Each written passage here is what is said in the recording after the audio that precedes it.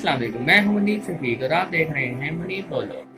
तो नाज़रीन, वाक़या कुछ ऐसे है कि 2019 के आखिर में एक वबा आती है, चाइना से शुरू होती है और देखते ही देखते वो पूरी दुनिया में फैल जाती है और उसके बाद लॉकडाउन लगने शुरू हो जाते हैं। तो इस वबा की वजह से पूरी दुनिया में सप्लाई चेन जैसे इश्यूज खड़े हो जाते हैं, जिसकी वजह से इकोनॉमिक एक्टिविटीज़ यानी कि माशी सरगर्मियों को बहुत नुकसान होता है। और फिर सोने पे सुहागा ये कि 2022 में यूक्रेन रशिया वार भी शुरू हो जाती है और इसके बाद पूरी दुनिया में महंगाई में बहुत ज़्यादा इजाफा शुरू हो जाता है और इन वजूहात को हम मुआशी गिरावट से भी जोड़ सकते हैं।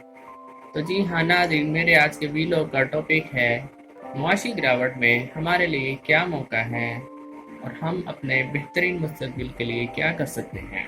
तो नाज़रीन, मुआशी गिरावट जैसे मौके में यानी कि रिसेशन में हमारे पास दो ऑप्शन होते हैं। हम दो ऑप्शन पर अमल कर सकते हैं। पहला, तो हम रोना धोना स्टार्ट कर दें और अपनी जिम्मेदारी से दस्तबरदार होकर अपनी जिम्मेदारी दूसरों पर डालना शुरू कर दे और दूसरों को कसूरवार ठहराना शुरू कर दें। और दूसरा ऑप्शन ये है कि हम अपने आने वाले मुस्तकबिल की ठोस मनसूबाबंदी कर सकें ताकि हम आने वाले वक्त को बेहतरीन तरीके से गुजार सकें। तो नाज़रीन, हमारे ये कंट्रोल में है कि हम इन दो ऑप्शन में से कौन सा ऑप्शन सेलेक्ट करते हैं। तो इसीलिए मैं आज आपके सामने कुछ पॉइंट्स रखूँगा जिन पर आप चलकर आने वाले रिसेशन या मुआशी गिरावट जैसे माहौल में अपने मुस्तकबिल के बारे में सोच सकते हैं और उसकी बेहतरीन मनसूबाबंदी कर सकते हैं।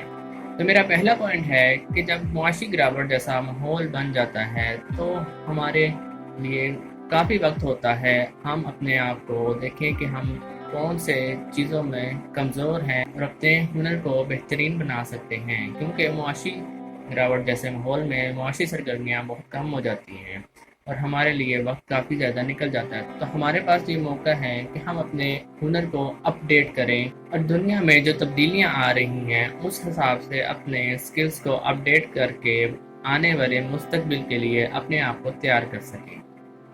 मेरा दूसरा पॉइंट है कि हमें चाहिए कि हम अपने अखराजात कम कर दें और बेकार चीज़ें जिनका हमारी ज़िंदगी में कोई इतना ख़ास अमल दखल नहीं है उससे हम जान छुड़वा कर अगली बार खरीदने से परहेज करें।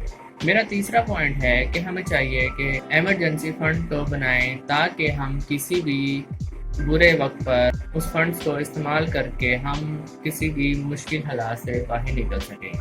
तो नाज़रीन, मेरा चौथा पॉइंट है कि हमें चाहिए कि हम अपने आमदनी के ज़राए को बढ़ा दें। अगर हम जॉब कर रहे हैं या फिर किसी कारोबार में हैं तो हमें चाहिए कि हम अपने आमदनी के ज़राए को बढ़ा दें ताकि हम आने वाले मुआशी गिरावट या महंगाई वाले दौर में बच सकें। और मेरा आखिरी पॉइंट है कि हमें चाहिए इस मुआशी गिरावट जैसे माहौल में सरमायाकारी के मौके ढूंढें, क्योंकि जब मुआशी गिरावट चल रही होते हैं तो हमारे पास बहुत सारे सरमायाकारी के ऑप्शंस दस्तयाब होते हैं, तो हमें उनको ढूंढते रहना चाहिए और उनमें इन्वेस्टमेंट करनी चाहिए। तो नाज़रीन, ये था आज का वीडियो। आई होप कि आपको काफ़ी कुछ सीखने को मिला होगा। तो अपना फीडबैक ज़रूर दीजिएगा।